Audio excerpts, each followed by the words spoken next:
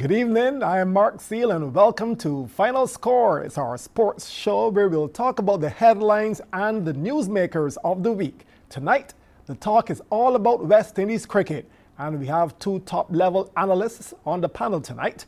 Of course, you, our viewers, can make your contributions and ask your questions via social media. The WhatsApp number is 228-5562, while our Facebook handles are CBC Barbados or cbcnews.bb.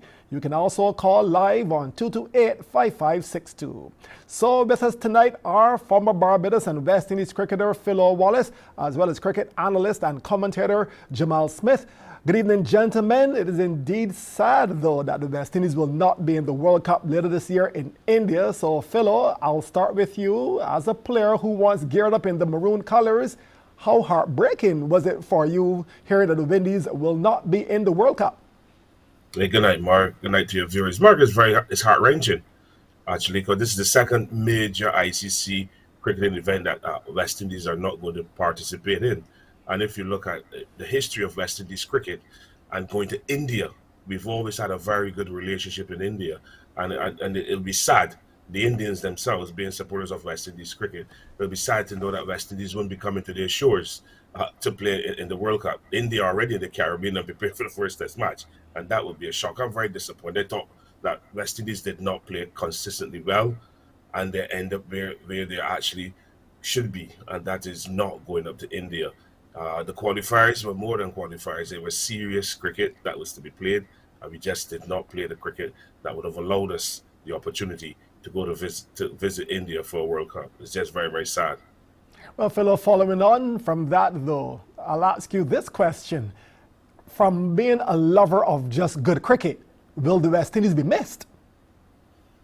Yes, I think the West Indies will be missed. I think that the excitement that we bring to international cricket will be missed. When you look at the history of West Indies cricket in India, you can go back to the early days and even the modern days now with the IPL.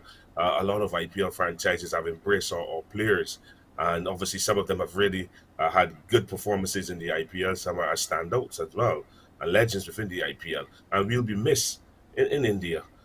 We have a big following as well. West Indies have a very big following in India. And it must be sad and hurting those guys who went to Zimbabwe. And I don't know if they tried their best. I can only say they tried. But at the end of the day, they did not produce. It's going to be another bitter pill to swallow for West Indies cricket.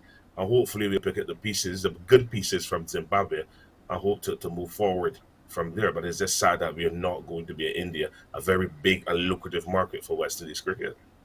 Well, Jamal, I'll come to you now. The Windies ODI team will now focus on their upcoming 3-match series against India here in the Caribbean. Now, what do you think is needed for the side to get it right against the number 2 ranked Indian side? Well, good night to the viewers. A lot is needed, Mark, when you look at it, obviously playing against the Associate Nations and not coming up with the goods and having to face India now here in the Caribbean. The only way we Virgin is that is Caribbean to be able to adapt quicker or it's having said that, the strong of their side is here certainly a very great challenge for them to overcome. For those said, picking up good pieces, in my mind, like certainly I'm wondering if we will see some adjustments, probably not some huge ones, but some adjustments to personnel and roles going forward into this next series. Probably for some of the team would look forming the team that they would want because I've ever seen they inherited this unit, so to speak, no using for the first time into India at all. It would be about rebuilding. I get to hear that word in lessons to get heard it. By the time we go and stuff, unfortunately, we are at that stage again. The question would be who will be those very stars that we go through with the personnel that they should involve in order to break the fortune. So Jamal, apart from the 3 ODIs, India's tour to the Caribbean will begin with 2 tests and conclude with 5 T20s. Now, in your view, can the Windies at least salvage at some sort of home series in one of those formats? To be quite honest, Mark, when it comes to West Indies home series, particularly in test format, I do give them a fair bit of a chance. Obviously, we got wrenched from the 50 over, but it has been our worst format for a long time. We have to appreciate that. T20, we've done relatively well, obviously et cetera, et cetera. But we've lost a lot of stars, but we can put it back in the cricket that, one good period and still very well be in it. Again, this is may coming to play and Western Spirit. Shots are certainly at least compete for the testing is concerned.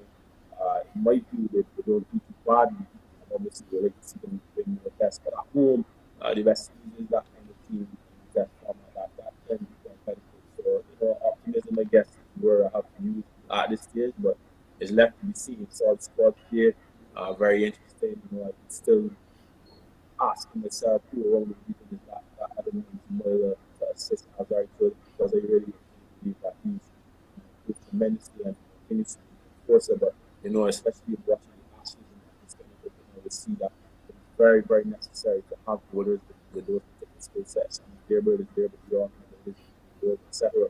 But certainly, if you told those fast bowlers can come up and particular players in the test or two tests, who knows, give it a chance. Okay, Philo, I'm back to you. Let's look at the team that actually represented the West Indies. I take note that you said that you know that they tried, but you don't know if they tried their best. Looking at the personnel, in your mind, who survived this qualifier and who will be dropped? But the selectors will decide that, Mark. Obviously, I'm an armchair selector, and some of the players that have been to Zimbabwe, I don't think should play against the Indians. What the selectors need to do is have a very detailed meeting with the coaches.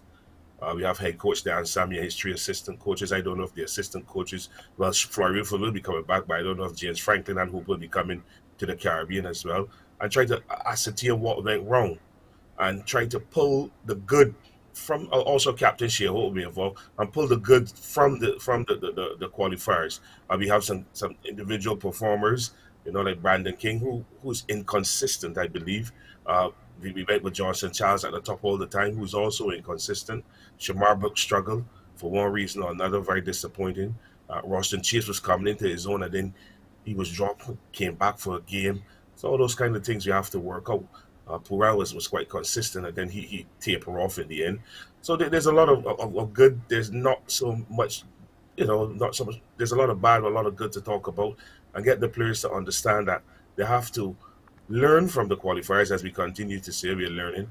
And obviously, we're going to come up against a formidable Indian side who is potent within the one-day format and the T20 format. So we still have a lot of work to do. It is no easy getting away. The international cricket is hard. And one bad tour, people watch you and they learn and they try to keep you down. And Darren Samia and his charges will have a lot of work to do to try and pick the morale of these players up and also the players who they're going to bring in. I believe there'll be some players coming in. How he can get them now to gel into what he wants and share hope as captain to be moving forward with our white ball format. It is not good at the moment. We're hoping that these guys can really try to salvage something in the Indian series, but it's not going to be easy. The Indians are not going to come to the Caribbean to make sport or drink milk and eat curry. They're coming to play serious cricket because at the end of the day, all these ICC matches are points, which put you in good standing to qualify automatically, which I think is massive for the international events that the ICC will have. And then we have the T20 World Cup in our back door next year. So it's important that we do well in the white ball format against India so we can try and get some of the crowds to support us and really see that we're making strides and moving our cricket forward. And Jamal, quickly before we go to break, you mentioned about the rising stars. Any of the players, I know you're around the younger players, etc. From what you've seen, any names, one or two names you like to single out that we could be looking to push in that direction to join the senior players? Certainly, Alec Athens, I think that's a no-brainer. Obviously, he's now in test squad. I think he'd probably be around the ODI squad, somewhere around the top order.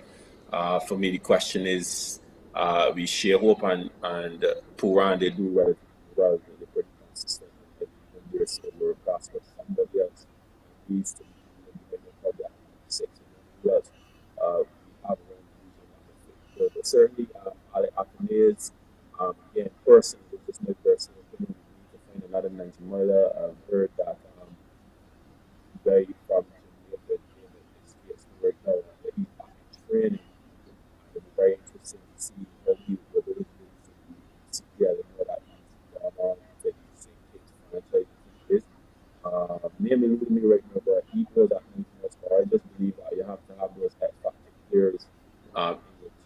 certainly a young fast bowler.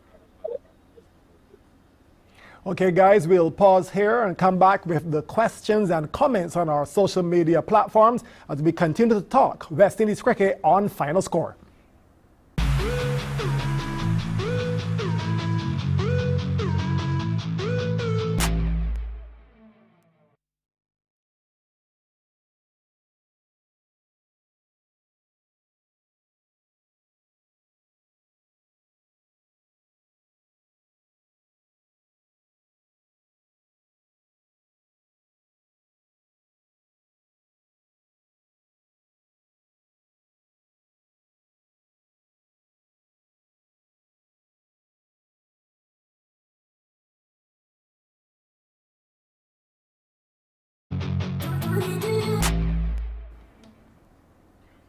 Well, welcome back to our guests and viewers. Let's now go to our social media pages for some questions as to the West Indies team. And let's go to our first question.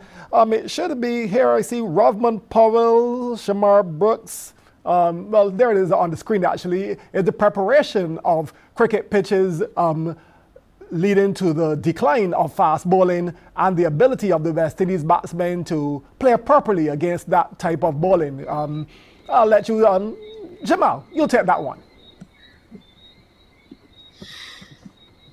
Well, the state of the pitches has been a question for a while, especially with new infrastructure. I say new. I remember the Cricket World Cup 2007 when all the Caribbean governments went about the business into restructuring, and we had some pitches being relayed, obviously, and even at Kensington, I was at Kensington this week, the two-day game versus India.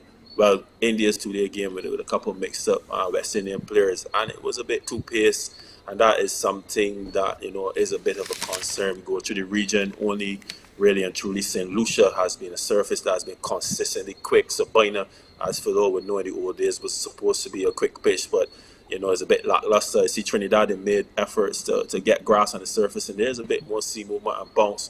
Guyana, obviously, is Guyana, and I've heard that the Dominica pitch is looking relatively flat for that first test. Does that affect the production of fast bowlers? That's a very interesting question. I think that a concentrated effort has to be made from the grassroots level all the way through to produce these guys that will bowl 90 miles an hour. I don't necessarily agree that the standard of the pitches will stop you from producing someone that bowls at 90, because we take Mark Wood, for instance, he will bowl at 90 regardless. He bowled at 90 on dead sand, it seems, especially through the year. He's very quick. So it's just a matter of producing those fast bowlers, and I think there has to be a concerted effort to produce fast bowlers, to produce those guys that will come in and hit the straps for a long period of time. We have Jared McAllister around. We have O'Shane Thomas. His name was eluding me earlier. These guys can bowl at 90 miles an hour, but they're not consistently quick. And as Philo would know, if you're quick, you're quick. Slow surface or not, you'll get the job done.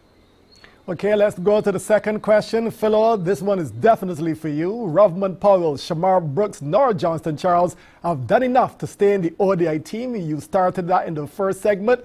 Continue with your train of thought there. Powell, Brooks, Charles, they haven't done enough to stay in the ODI team, according to this viewer. I'm not going against what the viewers have said there. Powell, Brooks, and Johnson, but Johnson is an enigma. So you can put a question mark, but Johnson, he might certainly turn up against India and get a play. But for certain, they Rovman Powell and Brooks, I think they're staring down the barrel to maintain their positions within the West Indies 50-over squad. Powell is the T20 captain, so that's left to be seen. But I think that those two out of the three, particularly Brooks and Powell, will be very, very disappointing. They were very disappointing. And if they get to the squad against India, I'll be surprised. But Johnson Charles, I have a question mark because he has somebody behind him that is supporting him. Because I thought he was a surprise pick.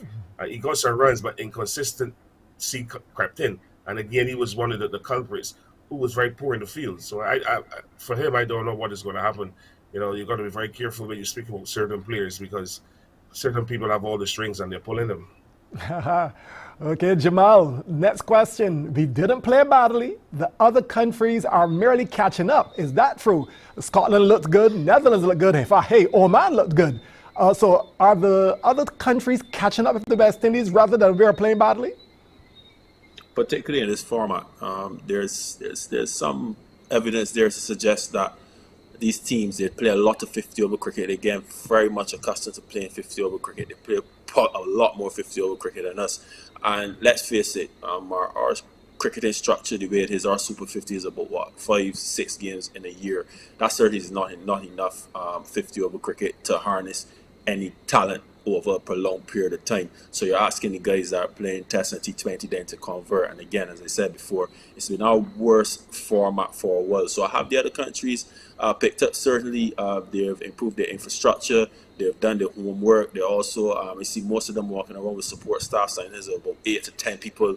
And these guys are analysts, the performance coaches, you have the batting coaches, etc. So they're taking their cricket seriously, they're taking the infrastructure seriously, and obviously these are immigrant countries, most of them, and they're able to import that talent. And let's face it, a guy from Pakistan, a guy from India that comes over to play for the USA or the Netherlands or somewhere along that line, especially with first-class cricket behind him, can stand a very good chance. So it does have.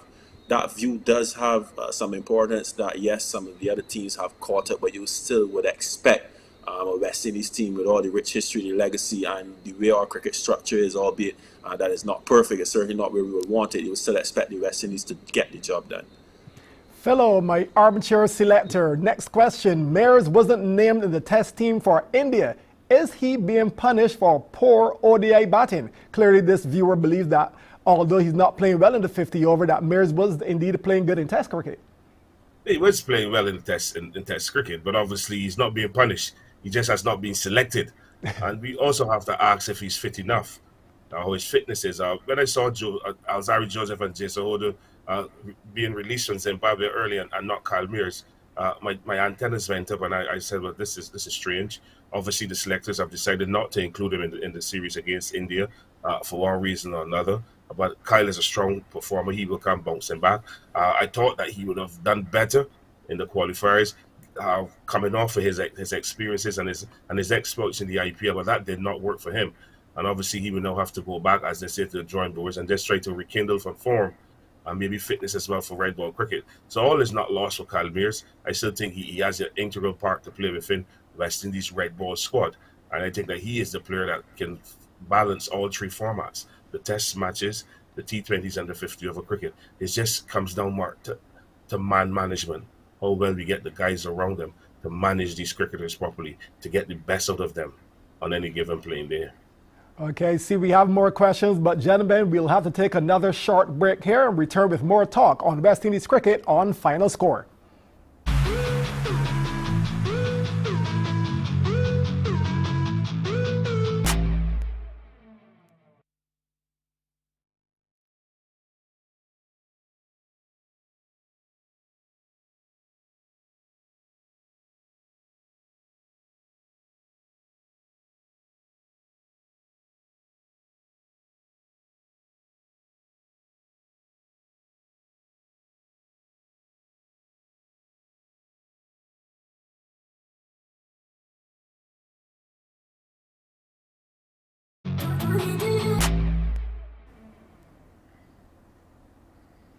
Welcome back to Final Score as we continue to chat with former Barbados and West Indies cricketer Philo Wallace and cricket analyst and commentator Jamal Smith. Now guys, we have another question on the screen. Some of the top Windies players are relatively well, we'll see if they can actually have the hunger to actually come and play this format of the game. They're questioning if the guys really have it in them to really want to come and play cricket and win for the West Indies. Who wants to take that one? I think I'd take it, Mark. If Jamal doesn't want to touch it, I could take. I could take the other half. Philo. You take half, I'll take half. Yes, they're well paid, Mark, and as expected. There's a guy by the name of Alan Stanford who came some years ago with a T20 format and showed players that $1 million is just an average billing for them, and some players have taken off on that, and I think that they deserve it. But then we need to obviously have a bit more common sense with our players in relation to how they balance playing for these different franchises. I know the disparity in remunerations. West Indies cricket will never get up to what they're being paid at the franchise level. But if they want to play for West Indies and they said they're committed, but then we just have to see a bit more oomph bit more impetus, a bit more hunger as well. But I do think that they deserve their remunerations because when you look at it, Mark, after your playing days, nobody really wants to see you as a former cricketer unless you go and educate yourself. So these guys have watched that in the past and said, look, I'm not going to let that happen to me. I'm going to mate here while the sun shines. And you can't vex them. It's just finding the right balance again, where they can adapt to all the situations. And even when they come into West Indies, knowing that they're not going to be remunerated well, but they're still putting the effort for us to win. And it is a job, so if it's a job and you're a professional, you shouldn't be paid. Jamal, the second part of the question? Yeah, I mean, look, you've seen the faces of the West Indians when they're beaten. You heard the comments. These guys take their work seriously. I think people get caught up, with the glory days, and by all means, all the greats that have done what they've done. But at that stage, the black man, he played for something. He played for identity. This is 2023, and regardless if we want to accept it or not, priorities have changed and things have changed. The sport has changed. The sport is now globalized, so to speak, and franchise cricket is king. And the West Indies is not the only board that is now struggling with not only paying players or trying to compete with salaries. I saw articles very recently speaking about the possible death of Test cricket and the ICC needing to get a better hold of these tournaments, and even the tournaments that are not sanctioned, where people are being paid all sums of money. It's just a part of the sport. So to just attribute that to poor performances to the guys are not hungry enough, I don't think that's a fair statement, because these guys dream about putting on maroon, and when they put on maroon, I think they want to do their best. I think our problem is more systemic than that, and it does not rest in a guy's pocket, so to speak. Now, fellow Coach Darren Sammy and Captain Shea Hope, they both raised concerns about the attitude of the players on the field. And I'm just going to ask you a couple questions. One, does it show? And if so, should they not be professional enough to at least disguise it? So first thing first, do you agree that some of the players have a bad or a poor attitude on the field? Yeah, when you watch West Indies cricket, you see some of the players not really putting in the effort. And you're asking yourself, is this guy really committed? Because when you see them at another level or playing for a different franchise, you see them dive in, they're sliding, and they're really enjoying themselves. They're not happy when you see them on the fields representing West Indies. And I think that when you're a professional, and we use that word quite loosely in the region, you need to know when, where, and how. You might have your differences in the dressing room, you might have your differences on the team bus or in the team meeting. But when you step onto that field, it's West Indies cricket that you're representing. You're not an individual anymore. You're a West Indies cricketer, and you need to blood, sweat, and tears for West Indies cricket. So you put all the other stuff behind and just focus on doing well for West Indies when you step onto the outfield. And I think that they need to a bit more of that, a bit more professional in their attitude and their approach when they are representing West Indies. Jamal, West Indies have not been able to perform well in ICC tournaments since their victory in the 2016 T20 World Cup. So what seems to be missing? Or have the other teams, well, we answered this one already, the other teams are catching up. So let's focus more on the first part. What seems to be missing in West Indies cricket? Well, Mark, I'll share something with you. Whenever analyzing West Indies cricket, I like to use the John Legend song. Everybody knows, but nobody really knows. Some people point to the attitude of the players, some people point to our structures, our coaching systems, some people point to the coaching staff, and this selector like this person from this region, and on and on and on it goes. And what I'm saying to you is there's no quick fix, there's no easy answers. Our problems are systemic. The other countries have not only caught up to us, but the developing countries have gone that step further. I was watching the Indians yesterday and the day before. I was actually coaching our Bajan / West Indian boys, and just seeing how those guys move, the attitude, the professionalism, the support staff that they have, the way they go about the business is like one moving machine. Whereas when you're seeing our cricket, you see a lot of bits and pieces, and as Philo identifies, sometimes attitudes are not always in the right place. The question is, how do you get people from different small islands to come with the same common goal, that commonality that would keep us together? Before, back in the days, it was the black man identity. What is that in 2023? What does that look like? How does Coach Sammy and his support staff get these players to understand that, yes, you want your individual performance, etc., but you're playing for that one flag, that coconut tree with the sun over it. You're playing for the West Indies. How does he and his staff convince these guys, well, look, there's a purpose in this? And I think, if for me personally, that's what is missing, that the purpose is not always the collective, or the collective does not always understand the purpose, and I think we need to reimagine what that purpose is, because what it was in 1970 and 1980, it certainly is that now. And I think that the onus is upon the support staff or the admin to find that purpose and be able to get it out there and get that message out there, and more importantly, administer the cricket in a way that supports that message that you're trying to send for West Indies cricket. Excellent, Jamal. Actually, you have answered my final question. I was going to ask both of you to put a wrap on your thoughts of West Indies cricket, and you just did. So, Philo, you have a minute. Give us your wrap on West Indies cricket. Well, Mark, at the moment, West Indies cricket is in a transition state. The Test series is just about to start in Dominica. We have to see how that goes under Craig Brafford and Andre Coley and his new team. Obviously, Darren Sammy has had a taste of international duties, and he will come back to the Caribbean. Licking some wounds. We hope they're not too deep, and he can put the pieces up, take the best from what he had in Zimbabwe, and try to put it together with what is in the Caribbean, what is good in the Caribbean, and have a complete package for when we get ready to face India in the White Ball Series. So all is not lost. He just needs to get the right approach, the right attitude of the players, and get them to buy into the concept of winning at any means necessary. Well, thank you, Philo and Jamal. Unfortunately, I have been hearing from my director and my producer that we have lots of comments coming in, but this is the fastest half hour on television, so unfortunately, we have to take a break here. And it was a pleasure having both of you. I am quite certain you'll both be back with us soon, because from what I'm hearing, we need to have a part 2 to West Indies cricket. So obviously, you guys just stay close to the phone, and when we call you, please answer us. Let's talk some West Indies cricket. Thank you, guys. We'll be right back to wrap up Final Score in a moment.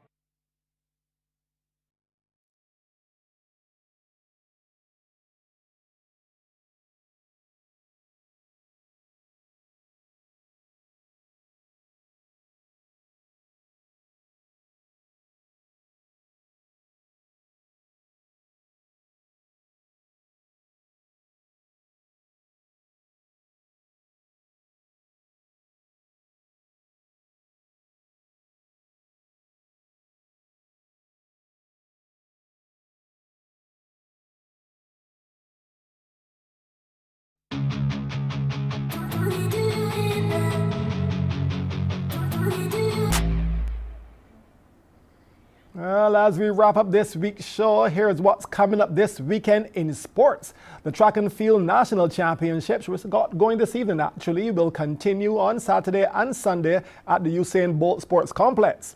Series 3 of the BCA Super Cup will be tomorrow with 10 matches across the country.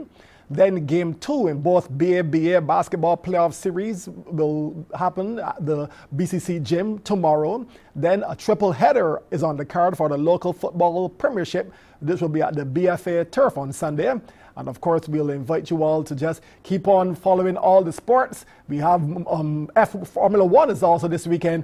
We have the Ashes cricket also going on. And on Sunday, we have the final of the qualifier between Sri Lanka and the Netherlands. All that will be on MCTV's ESPN Channel 308. That's our program for this week. Join us again next week as more analysts and newsmakers join us on Final Score. Enjoy your weekend, and remember, let's be careful out there.